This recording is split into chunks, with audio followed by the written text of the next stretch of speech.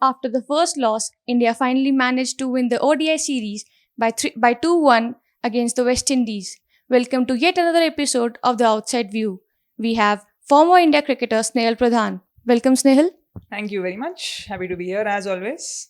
Before we talk about India's win, Hayley Matthews' return at the crease short-lived because of the poor umpiring.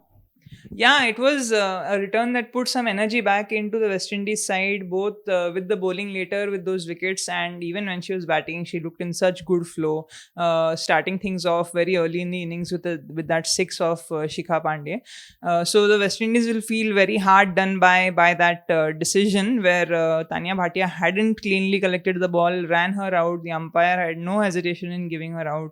No one seemed to notice what had happened until everyone saw the replays. Once again, it's as if this series is an example of why even live streamed matches should have a third umpire. And I hope that the entire cricketing community is watching, because yes, your live streaming will not give you TV quality replays for a third umpire, but they do give you enough visuals to sometimes eliminate howlers, and that's exactly what we want to see in cricket. Hopefully, a point for the ICC to take note of: Hayley Matthews will now go into the T20 series hungry for runs.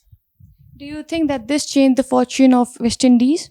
I think it did. There was definitely a feeling that Hayley Matthews was looking very comfortable, and if Stafanie Taylor, like we saw in the first game, had got some support, the script could have been very different. The total could have been a little more defendable. So West Indies will certainly like to think so. Hayley Matthews would like to think so, but that's cricket as it is right now.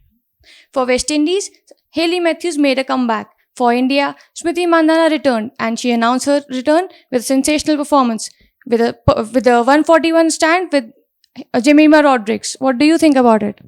It's the return of the India's own little Jai Viru combination. You get the feeling that these two players really enjoy each other's company out in the middle. Even having Smriti at the other end seems to bring out the best in Rodrigues, because she put in the kind of performance that we had been looking for all series, where she would get that start but not convert it into a very big score. Here also, I'm slightly unhappy that she couldn't go on. She was very unhappy with her dismissal as well. But that's the effect that having Mandhana back makes for this team. Run rate is never an issue as long as she's at the crease. It's also the fact that she's a left-hander at the top of the order makes it slightly more difficult.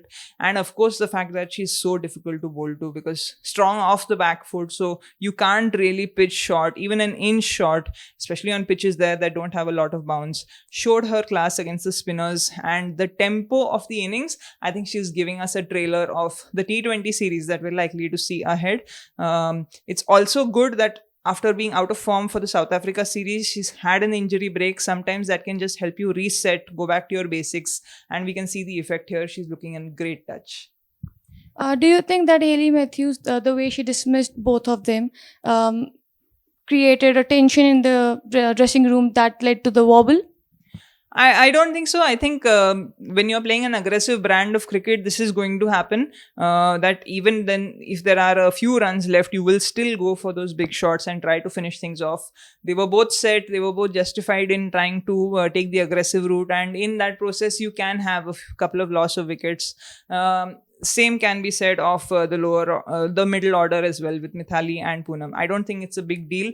I think India will definitely expect more from themselves to finish off these chases in clinical fashion, but it's not something that will give them sleepless nights. India won 2 more ICC Women's Championship points. So do you think the future is secure for World Cup?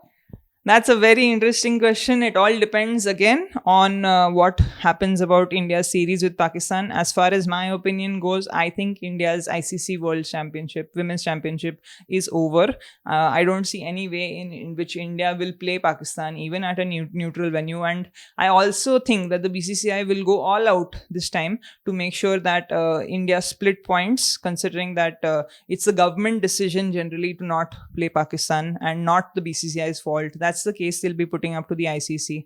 So I think with India splitting points, they should be in a decent position.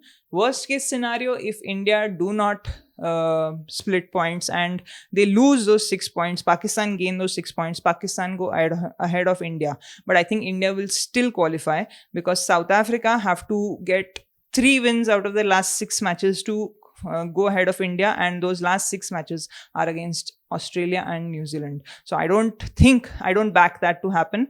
I think India will get through direct qualification. They might have to take the scenic route. So ODI series done and dusted.